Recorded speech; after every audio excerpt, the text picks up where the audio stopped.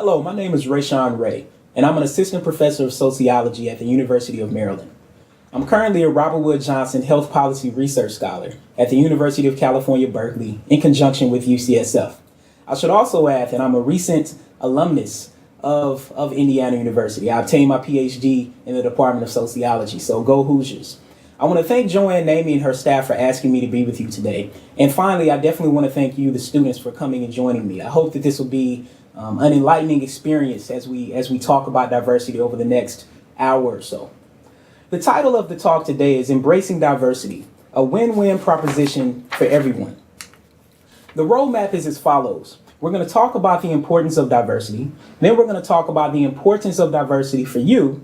And then finally, we're going to talk about the importance of diversity to your future business. I'm pretty sure everyone in here will ultimately like to own their own business one day or be a CEO. And we're going to talk about what you can do to bring diversity into your business and have a more fluent business and not necessarily deal with some of the issues that other companies do. Diversity can be defined as many things. But one important way to think about diversity is that diversity is the way difference is applied to social life. For instance, how is diversity or difference applied in education, such as Indiana University? Neighborhoods, such as the communities you're from. Family, such as your family, when you think about the diversity of your family. And finally, the labor market, where you work, the things you want to do in life when we think about our work experiences. In an ideal world, every person is treated equally when it comes to getting a job, advancing in his or her career, and being treated fairly in the workplace. Unfortunately, despite the globalization of the U.S. marketplace, this is not always the case. Discrimination still exists in hiring, firing, and promotions. And the diversity of the workforce, regrettably, can cause hostility in the workplace when individuals do not appreciate and respect the differences among themselves and their coworkers. This workshop is aimed to educate individuals about diversity so that they may become action-oriented change agents, accountable for their fellow man and woman, and assist in our struggle to combat discrimination and prejudice. On slide 3, you see that this is a book cover. This is from my recent book, Race and Ethnic Relations in the 21st Century, History, Theory, Institutions, and Policy. If you look on the cover, you see 4 different quantiles. There are 4 different women represented here. However, I wanted the cover to reflect that the women represented are one and the same. The only difference is skin color, and nothing that has genetic, biological, or cultural links. Yet these different skin colors have significant consequences for how the women are viewed and treated and the opportunities they are provided. This is the power of race. So I wanted the cover to reflect the basic premise that race is a social construct and only skin deep. I also wanted it to reflect that the physical characteristics that supposedly separate us actually change over time. Just think about it. Most individuals have changing skin tones with exposure to the environment or throughout their life course. Hair color and eye color also change depending on age, depending on exposure to the environment. Yet, these are actually the characteristics that have maintained divisions throughout history.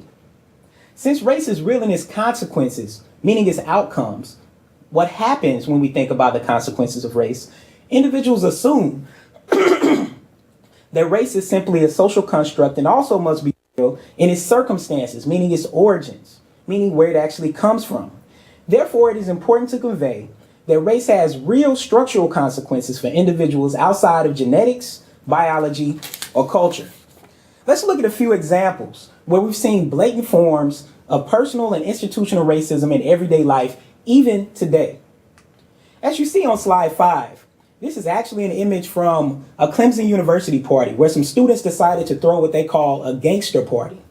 Just look at the image for a second. If you see here, you see the girl second to the right who has aluminum foil across her teeth. They're also wearing fake jewelry to supposedly represent bling, will. And then if we go to the next slide, we actually see that the woman standing there in the orange shirt, she actually padded her behind to make her butt look bigger. And then the man, which is probably most telling, he actually darkened his skin, painted his skin black, which is sort of picking up on the minstrel shows that occurred in the early 1900s. And then the woman on the left is actually sagging her pants. And finally, most telling on the next slide is that you see that the students actually taped 40 malt liquor bottles to their hands. Now, the reason why this is important, some people may say, oh, it was just a party, it's not a big deal. And of course, these sort of parties also occur at Indiana University.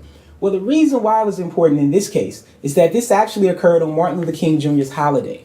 So for these students to say that they didn't know what they were doing or that it didn't necessarily have any consequences was just ill-placed.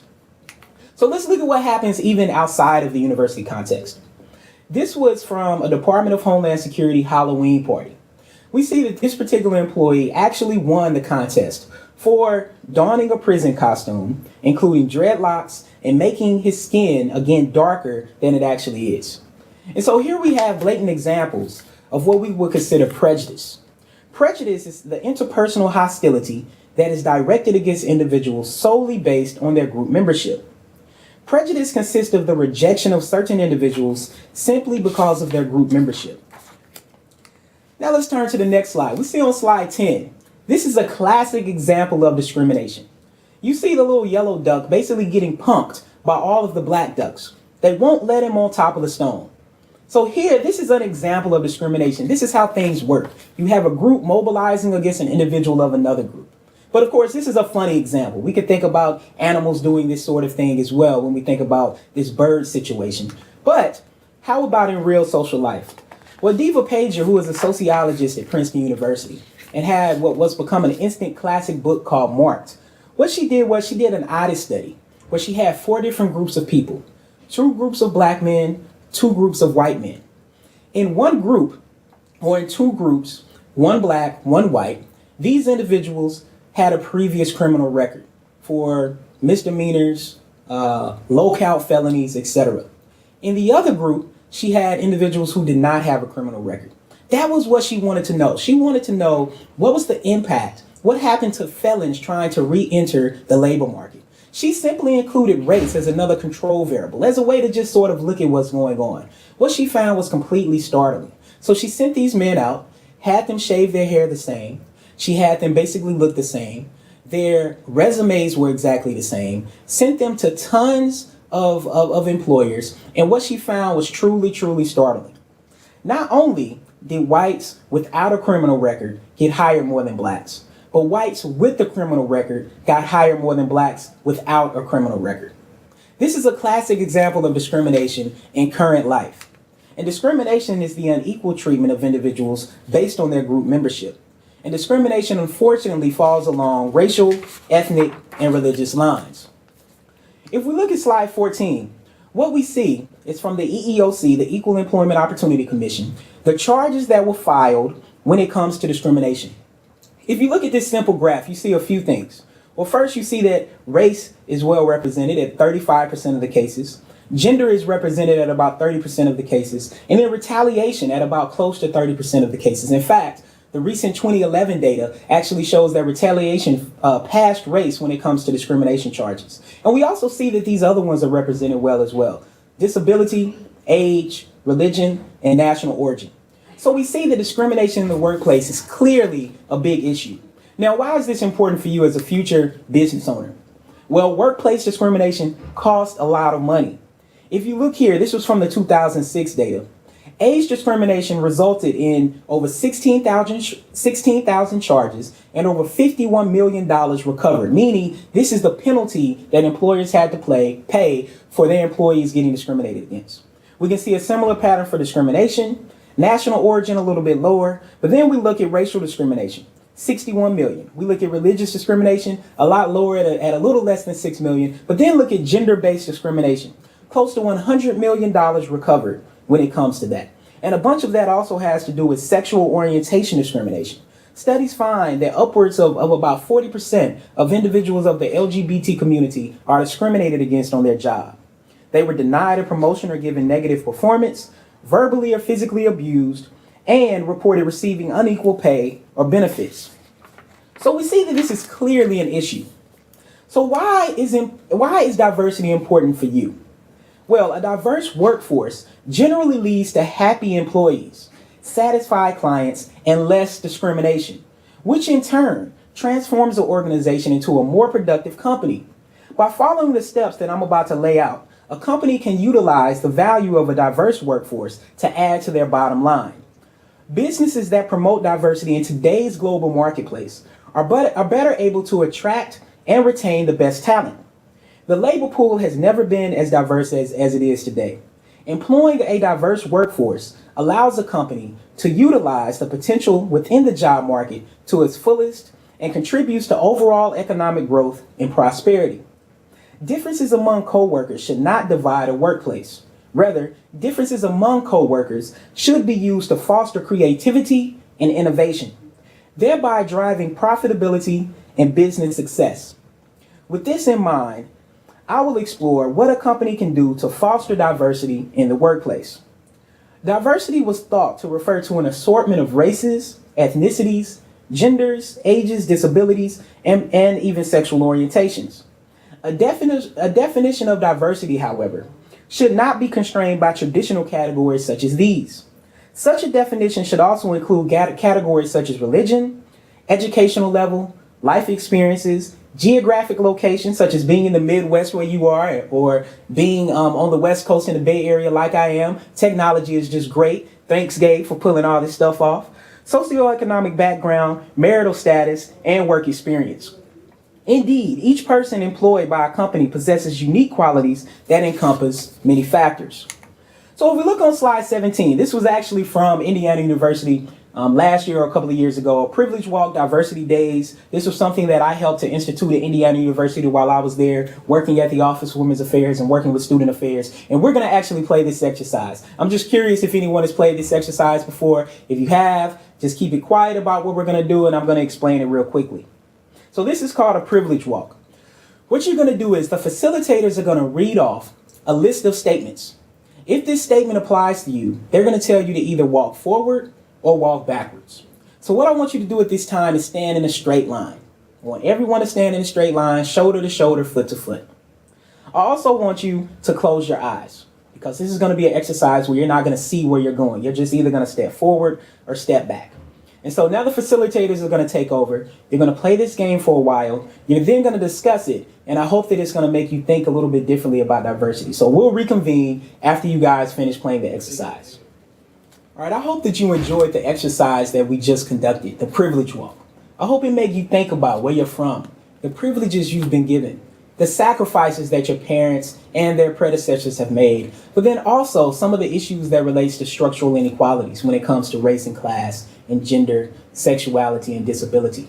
I hope it's made you think about how everyone has actually been able to come together, persevere in different ways, take advantage of the opportunities they've been given, and be in college at Indiana University. You should really just give yourself a round of applause. I should also add that I hope that you answered the questions, that you thought about what was going on, that it made you think consciously about what was going on and actually how you got here. And I should also say, there's something interesting about this privilege walk. When I first heard it, or maybe the second time I heard someone do it, what's profound about it is that they said people in the back of the room, those were the people who the odds and the stats said would actually end up in prison. The people in the front of the room, those were the people where the sky was the limit. And so you just think about those differences. You look at your classmates, your fellow students, the people who you're in the dorm with, and you say, wow, I never knew that person went through that much. And then on the other hand, you see someone, I remember when I was in college and I did this. I went to the University of Memphis in Tennessee for my undergraduate. I remember seeing someone who was all the way in the front of the line, but yet and still he acted like he was the hardest person in the dorm. And from that point on, he just completely changed his style, and I think it actually was beneficial for him. I don't know why he was putting on this front like he was hard when he was really just from the suburbs and his parents were lawyers and this sort of thing. But anyway, the point is that when I did this exercise, I was one of the people in the back of the room. And so for the people who were in the back of the room, it is okay. You are in college now. You have persevered. If you can get to college and do what you and do this, you can then graduate and be anything you want to be. So why is this important? I'm pretty sure most people are asking what they can do about what they just experienced. Well, first, you have to work on yourself and be self-reflective. And I hope that this exercise have allowed you to do that. When we talk about a diversity achievement ideology, what are we really talking about? We're talking about becoming self-aware, knowing who you are, learning about yourself in an intimate way, in a way that you never have before. College is prime opportunity to do that. Becoming socially aware, Know how you're oppressed when it comes to gender, race, or class, sexual orientation, disability, etc. And then know how others perceive you. That's extremely, extremely important. Finally, you need to have a global awareness. Become aware of the oppression of others, not just in the United States, but around the world. Think about how you can become a key player, not just in the American market, but in a globalized market as we move forward. And then finally, how do you do it? You have to be agentic. You have to have self-directed action and resistance that leads to equity. One of the main ways that you do this is you develop a holistic life perspective. You come in touch with who you are spiritually, right? Whatever you believe, I'm unsure what that is. Whatever that is, I believe in God, and whatever that may be for you, just understand what it is, and you need to come up with the knowledge and gain the knowledge for yourself. Don't just go off what other people are saying, but gain the knowledge for yourself. Read the books and come to an understanding of what you believe and how you believe it. You also want to read and watch documentaries and listen to people. My granddad told me that you can learn someone from a homeless man on the street just like you can the president of the United States. And I must say, being in Berkeley and seeing just how the homeless population interacts with people, I can definitely say that you can definitely learn a lot from the homeless population in a way that you possibly can in other places. Next, you have to come in touch with who you are emotionally. Deal with your emotional issues, especially with your parents. For me, I come from a single parent household. I've never seen my biological father before. That's something that I have to deal with. That is an intimate tidbit about my life that I'm sharing with you. Now that I have a 7-month-old son, I have to think consciously about how I'm raising him. Because since I didn't have a father in the home, I don't exactly have a set blueprint for how this should be done. So the people who grew up with 2 parents and you love them, take advantage of that. For those of you that didn't, that's okay. You can always learn how to do something different and learn something that you didn't know. And then finally, the last part is physically. Your physical body should be last to develop. However, most people put it first and actually idealize physical body. So put that last. Your physical self will become represented by your internal self. And that's the way things should actually be. So what can you do to help others? Well, you can respect others. You have to give it in order to get it. And the way you do it is you can actually build bridges across the board. This was actually an image that one of my students sent me when I was teaching race and ethnic relations at Indiana. And she sent me this picture and she said, taking your class has made me thought about that it's very important to build bridges across the board, across racial divisions. And I hope that that's something that you're willing to do now. So for you business students, how do you do that? Well, you can diversify your company. I'm pretty sure you're sitting up trying to think, all right, get to the point, what can we do about this situation? Well, how do you diversify your company? On slide 24, we see a diversity initiative should focus on creating measurable ways diversity can support the strategic direction, goals, and objectives of your organization. To be most effective, diversity initiatives must clearly define their mission, remain relevant, convey their relevance to the company, be culturally competent, be resilient in changing climates, and be strategic and proactive in their approach. So the first step in diversifying a workplace generally is to define the organization's strategies or initiatives for doing so. Workplace diversity should be viewed as a means to attaining organizational objectives and not an end in and of itself. When activities undertaken in developing a workplace diversity strategy are intertwined with corporate and business strategies, it often facilitates the success of the diversity initiative. Once a company has determined the purpose and expectations of a diversity initiative, it can plan the initiative. Finally, you have to always get executive commitment. As you start out working, I'm pretty sure there are some changes you're going to want to make to your workplace. It is fundamental to the success of any diversity initiative that senior management, including the CEO, visibly support, including financially, and actually promote the diversity initiative. Diversity should be infused into all organizational processes, ensuring that it is integrated into the core values of the company. So what are ways you can assess diversity? Well, employee attrition rates, that's a great one. Who's quitting your job and why are they quitting? Workforce satisfaction, how satisfied are people? right? External awards and recognition for diversity efforts. Who is noticing your company for doing the things that they're doing? And then workplace climate satisfaction. Do people get along? Do they talk to each other? Do they hang out? When they're at the water cooler, when they're getting a soda, or when they're having lunch, do they talk about the things that are going on with their families, or do they just kind of go off on their own little space, right? And we can kind of think of The Office. I don't know if people watch The Office, but I really like that show. And you think about The Office, it's a very weird workplace dynamic. But if you notice, the people really seem to get along if Michael isn't setting up, having all of his antics and doing the things that he's doing. And potentially a way to think about diversity. If anyone has seen the episode Diversity Day on The Office, you should actually YouTube that. That is a way to not implement diversity. Do everything opposite of what Michael does on that episode, and I think you'll be okay. Finally, the corporation's corporate business objectives is something that you should do to assess the climate and issues at the company. You should also evaluate prior diversity performance. Before you implement your diversity initiative, you want to see what's been done before. Some things may be working, some things may not be, but people are always resistant to change. So you want to be sure to include some of what has already been done to bring to the forefront. You want to have a baseline of statistical data about the workforce. And then you also want to have policies, practices, and factors that stand in the way of developing or managing a diverse workforce. You want to actually do something about those. You also want to look at external factors. What are government factors that you have to be aware of when it comes to implementing diversity, and trends that may impact the company's diversity strategy, such as composition of the labor pool and projected future job openings and needs. You can also then have a town hall meeting led by senior management where you ask employees what they think. Employees love that. They want to tell you what they think and they want to be included. If you think about the show Undercover Boss, one of the biggest impacts of that show is that the senior management, the CEO and the owner, listen to the employees. That's where change really comes from. If you want to have an effective business, listen to your employees. They're on the ground level doing the things that you're not necessarily doing, and you want to listen to them. You then want to create an office of diversity, with the head of such office reporting directly to senior management. And then finally, you want to create a diversity mission statement that is authorized by the CEO or you to disseminate to all employees.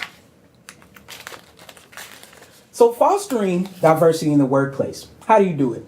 Well, you create a respectful work environment. It starts with you. Treat people respectfully. Everyone has bad days.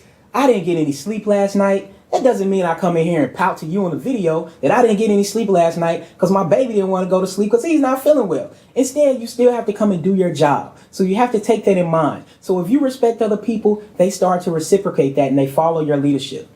Next, you have to hold people accountable for their treatment of others. You can't let people mistreat other people. You can't think that it's just going to solve itself. You have to intervene and do something about it and let people know that on an organizational level, this is something that we will not tolerate. You want to create a harassment and discrimination-free environment. You want women and minorities to feel comfortable working for you. You want them to know that you're going to actually protect their interests, that you're not going to let them get sexually or racially harassed, and then you're going to actually do something about it if it does happen. And I guarantee you they will be a lot more productive and work extremely hard for you. Finally, you want to promote participation in external diversity organizations. You want people to get out and tell people about your business. The more they're out telling people how much they like working for you, the more money and more marketability that's going to come your way. And finally, you have to take steps to recruit and retain diverse employees. So as we close, what I want you to do is I want you to take this diversity pledge that the facilitators are passing out. I want you guys to read it together, and then I want you to sign it. And I actually left the original one on here because the first time I did it several years ago, I can't even remember how many years ago it was now, but the University of Florida actually was the one that did it. And I was so inspired that I feel the need to continue just using their diversity pledge. So it doesn't say Indiana University, but it does say University of Florida. And I think that's something that they started. And so here's an example of how we're actually promoting how they do diversity, bringing it to Indiana University via UC Berkeley. So thank you for your time today. I hope that you've learned something vital about diversity, and I hope you see it as essential. I hope you see it as not just something where we're trying to maximize quotas, where we're trying to give people something that they don't deserve. It's not about that. This is about simply giving people the opportunities that they actually do deserve, and you seeing how this can actually help your business. So thank you. Have a good day.